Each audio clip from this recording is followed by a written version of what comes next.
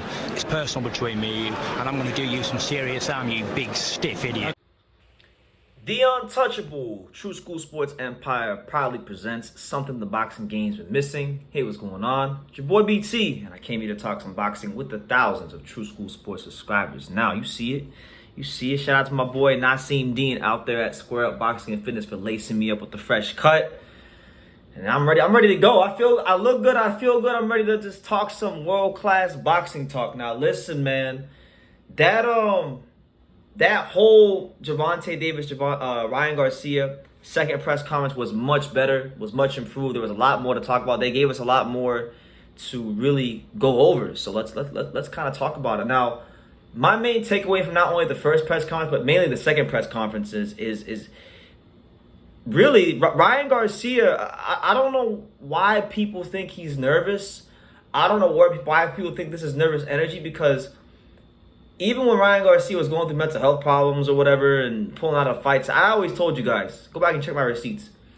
I always told you guys, the one fight that I've always thought Ryan Garcia was more serious about than any fight in the world was the Gervonta Tank Davis fight. Why? Because of what motivates Ryan Garcia, which is simply the clout and the being the biggest fighter in boxing and things like that. And this fight really has a lot of attention, has a lot of eyeballs, and the winner of this fight is going to get a lot of clout, and in the eyes of many, they'll be looked at as the next face of boxing after Canelo to the mainstream and casual sports fans, because these guys are known by mainstream and casual sports fans. So when you go to the press conference, right, a couple observations. Number one, Gervonta Davis keeps saying that all Ryan Garcia has is a left hook, and it's a good thing and a bad thing for Tank. Tank may feel like Ryan Garcia's other tools aren't good enough to beat him, but I think it's a bad thing because in a way, like, Ryan's left hook is so good. Ryan Garcia's left hook is so good that I think people do underestimate the other things he has in his arsenal. Like, because I've seen the man train in person. I've studied him on film. Ryan Garcia has, I wouldn't say a great right hand, but he has a above average right hand, almost a very good right hand. But I would say it's an above average right hand. It's the kind of right hand to where, like, if you're not on your P's and Q's defensively, you get touched by the right hand, and then anybody who knows anything, you get touched by the right hand. What comes next? What comes next? The left hook comes right. The left hook comes right after it. The left hook comes right behind that right hand. So the right hand could actually be used as a setup punch to hurt Tank. So my thing is this: for Tank, he needs to take every last thing that Ryan Garcia does to the utmost power. Don't underestimate him at all. And I feel like to a degree he is. So the thing with Gervonta Davis is, right, Leonard Ellerbe and Mayweather Promotions did a great job of getting him knockouts and creating this aura of a killer. And don't get it twisted, Gervonta Davis is a very dangerous fighter, and he is an upper echelon, creme de la creme, top shelf fighter. There's no ifs, ands, or buts about it. But when did Tank Davis really get punched back in his mouth by somebody who could really punch back? He knows for the first time in his career that if he's not defensively sound, if he makes lapses, he can pay for it in a major way. So when Ryan Garcia, tells him these things, he has to take them serious, because he knows Ryan can punch. And Tank's not an idiot. Tank's a smart guy. You don't get to this level of boxing being an idiot. And then the exchanges about their fashion, right? That was pretty funny, because let's call a spade. Like, Ryan Garcia had some ugly ass pants on, but Gervonta Davis keeps coming in with these purses. So for me, I ain't fucking with no purses. That's not me. I ain't fucking with no purses. So he had a green purse the first press conference, and then the second press conference, he literally has a Michael Kors purse sitting on the damn thing.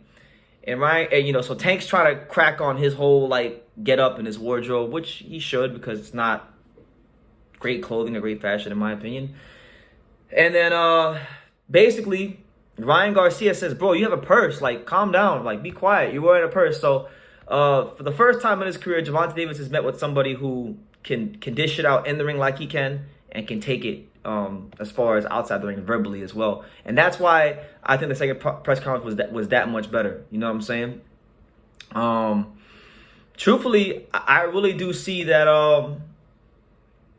I see that Ryan Garcia, in a sense, has the mental edge. I really think he has this mental edge, and I feel like he's been had that mental edge for this fight, only because he really feels like this is destiny.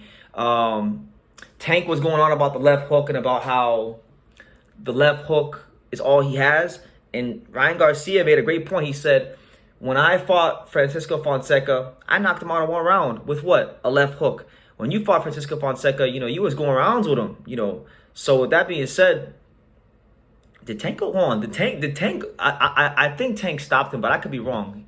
Yeah, I'm sure he stopped Francisco Fonseca. Did he not? Come on, I gotta fact check myself because I be forgetting sometimes. Did he stop Fonseca? Because I can't remember. I just remember Tank missing weight on the scales and a big deal being made of that. So I'm pretty sure he got stopped by Fonseca. Yeah, he did. He got stopped by Fonseca, but he went rounds with him. When Ryan fought Fonseca, he stretched him out, so it was much different. And then he said, a left hook may be all I have, but shit, it might be all I need to beat you. Stop hating on me because I was blessed by God with a left hook. We know you're mad. We know you're mad, Tank. So it was awesome. It was awesome.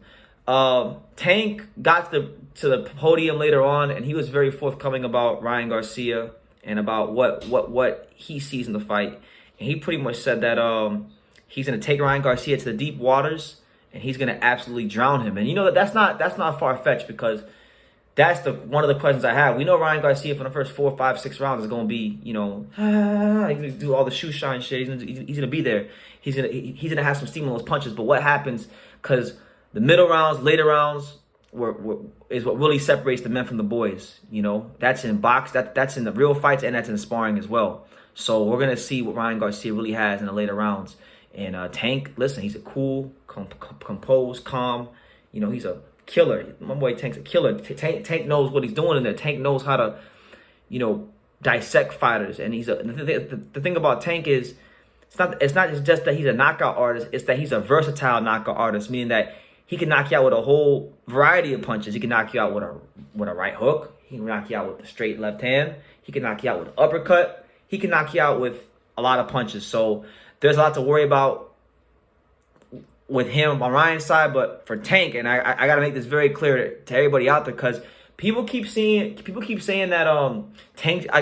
One thing I want to just stomp out right now, and just kind of one notion that I really want to just revoke here on True School Sports is that Tank's gonna beat Ryan because he's this street dude from Baltimore. Truth be told, it really doesn't matter where you're from in the boxing ring. You could be from the trenches, or you can be from a middle class neighborhood.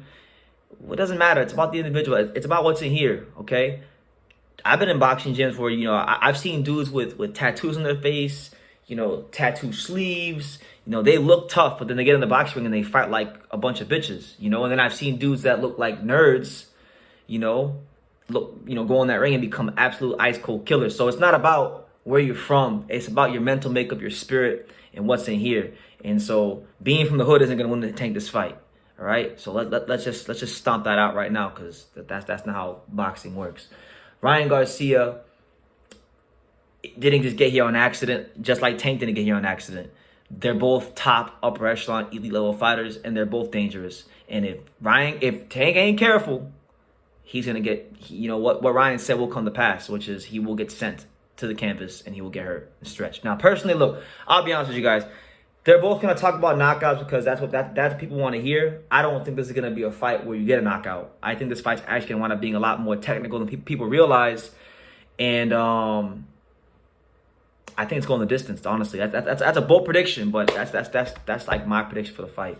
But a much more improved press conference. Gervonta Davis isn't buying the wolf tickets that Ryan's selling. Ryan is saying they ain't wolf tickets, and you're gonna find out come April 22nd. So it's heating up, man. It's really becoming a great build up, press conference by press conference, moment by moment, and I'm looking very forward to this fight being right around the corner. So those are my thoughts. You guys can give me yours down below. Make sure you guys take the time to subscribe. And like I say in every single one of these videos, you can love me or you can hate me, but I'm just a kid from Daniel. So until next time, take care, guys. Thank you for watching another video on the untouchable True School Sports Empire. For more great boxing content just like this video, click right here and make sure you subscribe. Much love from sunny South Florida.